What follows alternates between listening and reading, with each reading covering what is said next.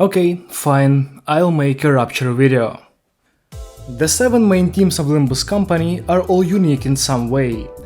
The status effects that the teams are built around provide the compositions with certain play patterns that you need to recognize and play around to use your team effectively. Or at least that's how it seemed the teams were designed quite a while ago. However, as the game got updated and we got more and more identities, a lot of Limbus Company's archetypes got streamlined into being easily playable with the win rate button. However, one archetype in particular has evaded such a fate. This archetype is notorious for being a hard-to-play, inconsistent, and situationally useful team. And, with how I started this video, you know exactly what I'm talking about.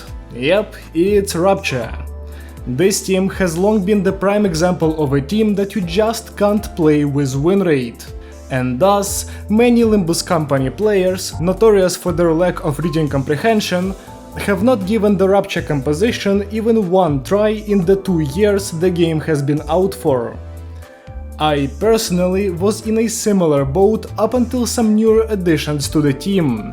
However, in recent times I have decided to give Rupture a try, and to be fair, I'm pleasantly surprised with some of the things that have changed since the last time I even looked at the team. So today, I present to you why Rupture is awesome now. Okay, I cannot keep baiting like this. Rupture is still not the most fun to play, but it's gotten a lot better. And in today's video I want to look at the team, some team compositions you can go for to efficiently use Rupture, talk about when Rupture is good or bad, and will end off with my opinion on whether you should build this team or not. However, before we start, I want to give a huge shout out to community members Ooft and Soundwave for helping me with the making of this video by providing a lot of valuable information. I could not have made this video without them. Also, most of my viewers are not subscribed, so if you find yourself coming back to my videos or end up enjoying this one, consider subscribing. It takes just 1 second and helps me out a lot. Without further ado, let's get back to Rupture. Before we look at the Rupture team and how you can build it, however, I want to quickly jog your memory on what the Rupture effect does and why exactly the team has escaped the streamlining effect that hit other teams so hard. Rupture is a pretty simple effect. Like all main status effects, it has potency and count. Whenever an enemy with Rupture is hit, that enemy takes additional true damage equal to the potency of the stack and then loses 1 count. If you have never played a game before, true damage, or fixed damage in this case, refers to damage that does not belong to any damage type, and thus cannot be resisted. With a maximum stack of 99 Rupture potency, you know exactly where this is going. The reason why Rupture is difficult to both balance and streamline is the unparalleled strength of the effect. With how insanely powerful slapping a bunch of true damage on top of every coin is, the physical damage of Rupture Identities has never been a major factor, with players going mostly for Rupture count inflicting options, as keeping count high while stacking up potency is a great way to play Rupture. This means that the rising strength of all identities in the game hasn't changed Rupture's priorities at all, as the team still mainly plays around maximizing the infliction of the effect instead of relying on physical damage and damage increasing buffs. With this, you should have a grasp on the theoretical basics of the archetype. You want to stack up potency, keep count at an adequate level so you don't lose the stack, and the physical power of identities on the team is secondary to their ability to contribute to the Rupture stack. Now we can move on to the creation of a team. However, before doing that, I have to tell you that I am not a turbo nerd that has optimized Rupture to the last coin. The teams I will be showing here will be strong and viable, but Rupture players are genuinely insane, so they will have more optimal setups. If you are one of those players, do not hesitate to leave your suggestions in the comments so that others can be enlightened. Anyways, I've stalled for long enough, so here's the team. You probably expected to see most of the characters that are on your screen now, but I guess one ID in particular might stand out a bit. So let me go over the identities that I recommend using for the team and tell you what they do one by one. The first ID should be obvious.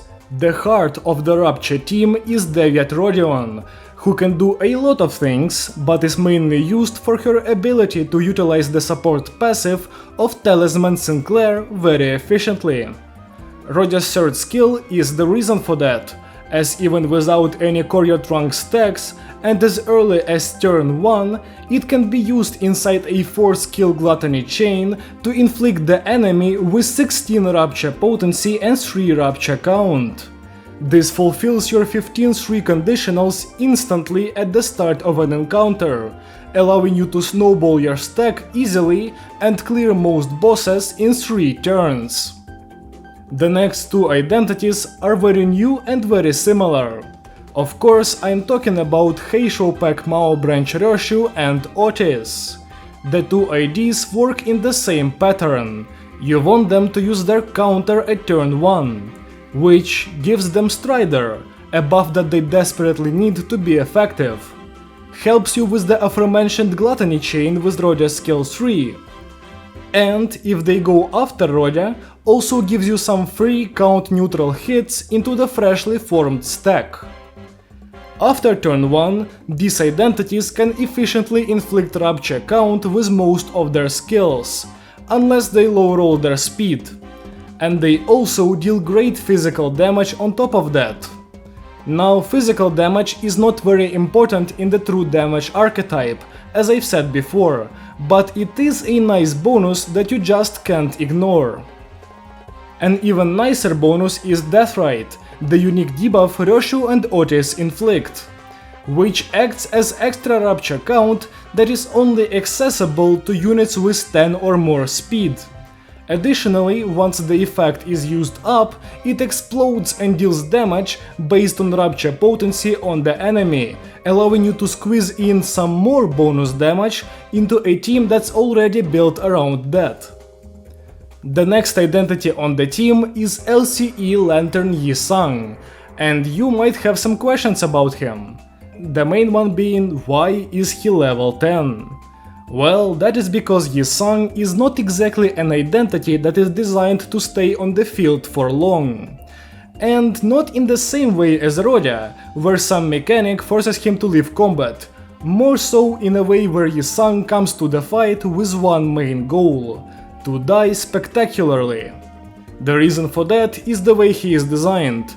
Yi-Sang gets more power when he loses clashes, inflicts more Rupture when losing clashes, and most importantly, inflicts a good amount of Rupture upon his death. If Yi-Sang is at uptime 4 and dies while having the Fairy Lure effect, he inflicts 10 Rupture potency and 3 count to the enemy that killed him. The Fairy Lure effect is granted to Yi-Sang by his third skill and defense, both of which have Gluttony affinity, meaning that they can also be used to help with the turn 1 Gluttony chain.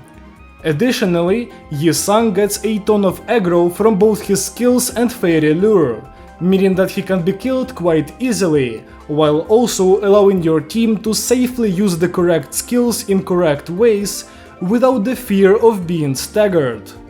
As you can see, none of his effects need him to win clashes, and you want him to die quickly, meaning that keeping Yi-Sang at a low level is beneficial to the team. After LCE Yi-Sang, your options can vary greatly. However, the picks I usually go for are Lantern Don Quixote and 7 Association Heathcliff. These identities aren't hyper-optimized, but they are safe options. Lantern Dawn is an identity that has the ability to go neutral or positive with all 3 of her skills. Her high coinage also makes her a great unit at proccing Rupture many times in one turn. Additionally, she gets access to a Gluttony skill 1 and defense, which can be used to help with the turn 1 Gluttony chain. Dawn doesn't have any super unique abilities, but that's to be expected, as she is an older identity. Still, she's a solid choice. 7 Heathcliff is also an older identity that doesn't have many interesting mechanics. His first and third skill inflict Rupture potency multiple times, making them benefit greatly from his passive and the passive of his Holiday Eagle gift, if you decide to use that. Outside of this, he also gets a skill 2 that can go positive in Rupture count by 2, making it a very valuable skill. Other than that, there's not much else to say about this identity. He's solid and reliable, and the fact that he's a standard fare 2-star should make him a great option for newer players. With this, we're done with the team that I use. However, Rupture is an archetype with a great amount of variety, so I must let you know about the other options this team has. In fact, some of them can even be more effective than the team I talked about just now. The first ID that can easily find a place on the team is Cinq-Merceau. This unit can be slotted in instead of Dawn in most scenarios, as he does similar things. Cinq-Merceau's entire kit becomes fully Rupture count neutral once your stack hits 15-3, allowing him to dish out his 3 coin skills at no expense to the Rupture stack, and thus quickly ramp up your team's damage. Another identity that is useful for the team is Warp Corp Yi-Sang, who can be used with the Dimension Shredder Ego skill to inflict a great amount of Rupture count after some setup. Past turn 3, this identity becomes the best applicator on your team. However, if you're looking to end the fight by that point, Warp Yi-Sang might not be your best option. Another potential ID for the team is K-Corp Honlu. He himself is not a particularly good ID at inflicting or proccing Rupture on the enemy, but he does have an insane health pool and access to a 4-coin Rupture Ego skill in Lasso. The reason as to why his HP matters lies in the fact that Talisman Sinclair's support passive targets the enemy with the most HP, meaning that K-Corp Honlu will take priority over other identities for this effect, and can then use it to inflict a crazy amount of Rupture with Lasso.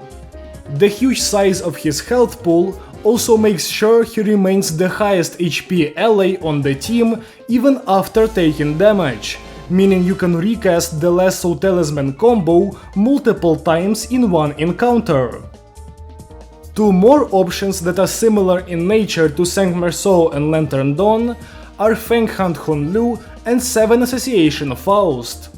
Both of these identities have Rupture count negative skills, but hit with a large amount of coins, which allows you to maximize the damage output of all the count your other IDs are stacking.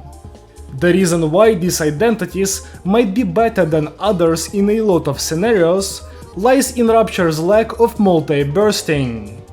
While effects like Sinking and Tremor get ways to convert extra count into damage, with secondary effects like Sinking Deluge and Tremor Everlasting, Rupture does not get that benefit, and thus its damage is limited by the amount of coins you can use in a turn. This means that the optimal win condition for Rupture doesn't just lie in stacking as much of the effect as possible, but instead requires you to reach the maximum potency while having low count, and using skills with a large number of coins to effectively take advantage of the insane damage that Rupture provides.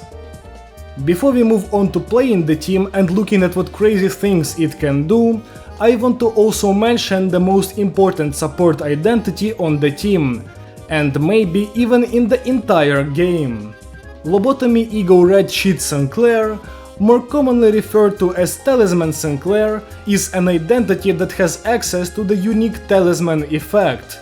This effect inflicts Rupture when hitting an enemy, and can stack to high amounts, meaning that using a skill with multiple coins while under the effect of Talisman will inflict the enemy with a crazy amount of Rupture potency, which can then snowball into an early victory.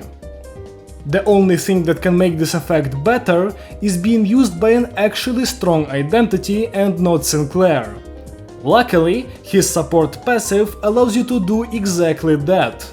At 4 or more Gluttony Resonance, the ally with the most HP gains Talisman equal to double the highest resonance. This means that the effect allows an ally to inflict a minimum of 8 Rupture with every coin, and I don't think I need to reiterate that such a steroid can snowball into an insane Rupture stack. Okay, now let's talk about using the team. The first thing you need to know is that Rupture does have one great flaw, which often makes people hesitant to try the archetype, and that flaw is the need for rerolling. As you could tell by my numerous references to the 4-skill Gluttony chain with Rodion's 3rd skill, this technique is a core part of the team. Performing the chain on the first turn of an encounter allows you to harness the full power of Rupture, but obviously there's an issue. You don't just get Rodion's skill 3 every time you start an encounter. This means that before getting to blow up a boss in 3 to 4 turns, you will have to spend your real-life actual time resetting turn 1 for a favorable skill order. Now it's just one skill, and I personally do not believe that it's a huge deal in the current state of the team. But it's still something you must know about when choosing to build it. Now actually playing Rupture. The first step is of course the chain. To make the chain, you need Rodion's skill 3 and at least 3 other Gluttony skills. But do not fear, as 2 of the 3 necessary skills will be the counters of the Heyshow Pack Identities, who need Strider ASAP. The last skill can be whatever, but you'll probably use another Gluttony defense on your team. The other identities that aren't participating in the chain can use whatever skills they want, as long as it's not something extremely count negative right after Rodion. If everything went right, congratulations, you're pretty much done with the encounter. From now on, simply making sure you're not misplaying terribly will lead you to a quick victory. Be mindful of your stack, as choosing the wrong skill can kill it completely. Make sure that when using the 3rd skills of Rosho and Otis, they are at 10 or more speed, so they can get their rerolls. A couple turns of this shreds through the vast majority of bosses in the game. But what if you want to go further? Well, then you start optimizing. First of all, with my team specifically, there are 2 things you want to do. The first one is actually killing LCE Yisang. Now it can be a bit difficult, considering that if the enemy low rolls their coins, there's nothing you can do, but it is imperative that he dies with the Fairy Lure effect, so that the enemy is inflicted with 10 extra Rupture and a slot is opened up. That slot can be used for one of 2 things. Either you have backup identities, and one of them, likely Sank Merceau, comes out on the battlefield and starts hitting his multi-coin count neutral skills into the existing Rupture stack, which will have passed the 15-3 threshold by then. Or you don't have any backup and the slot goes to Deviat Rodion. With a double-slotted Rodion, you can do some funny things. For example, if you make Lantern Dawn take some damage on the first turn, so that she doesn't take priority for Talisman over Rodion, you can make another Gluttony chain, which will give Rodion more Talisman. And because of the fact that the stack will have crossed the 15-3 threshold by turn 2, Rodion's skill 1 and 2 will be completely count neutral, allowing you to inflict as much as 48 extra Rupture potency off of a 4-skill chain. By the way, Rodion's skill 3 still consumes count even at 15-3, so make sure not to use that skill when going for this kind of play. You can most likely go much further than this, but there's a reason I didn't call this video the ultimate guide to Rupture or something like that. Doing the stuff I've talked about already will genuinely be more than enough for any boss encounter you might come across. However, if you, the person watching this, have better ideas on how to play Rupture, please do leave them in the comments, and I will read all of them. But now we have the million-dollar question. When do you use Rupture? And the answer is very simple. On bosses. That's it. You see, Rupture gets all of these variants and setups. It has the incredible true damage ceiling that other teams can only dream of. But it also has one problem. Once there is more than one enemy on the field, the team crumbles. Or at least that used to be the case. Now, with the release of the Mao branch Identities, Rupture actually has a decent ability to clear waves of enemies, simply due to the fact that the team has multiple physically strong identities. Was that the classic Ultranum bait and switch? Is Rupture actually good everywhere? Well, it kind of depends on what you consider good. The team doesn't struggle as much with multi-target encounters, but it's still far from being better than most other teams at clearing them. But of course, when it comes to insta-killing a singular boss, there is no better option than Rupture. So, should you build the Rupture team? Well, considering that the next Kanto will likely introduce a bunch of new units into the archetype, you might be forced to. But even now, the team is pretty great. It's not as inconsistent as it once was, and it's actually more than a one-trick pony now. I'd say I found a lot of respect for the archetype over the last few weeks, and I think it's one of the better options you can go for. It's no bleed, burn or poise, but it is a solid team composition you can build pretty easily, considering that a lot of the good identities for the team are 2 stars. I still think the team should not be the priority target for a newer player, but it can farm quickly, kill bosses and provide a lot of variety in its gameplay. With this, my little rant on Rupture is over. If you have something to add, or if you think that I am a filthy casual who does not know anything about the best archetype in the game, leave a comment down below. If you enjoyed the video at any point, leave a like to let me know, and if you want to see more videos like this, consider subscribing. Thank you so much for watching, and I hope to see you again soon. Goodbye!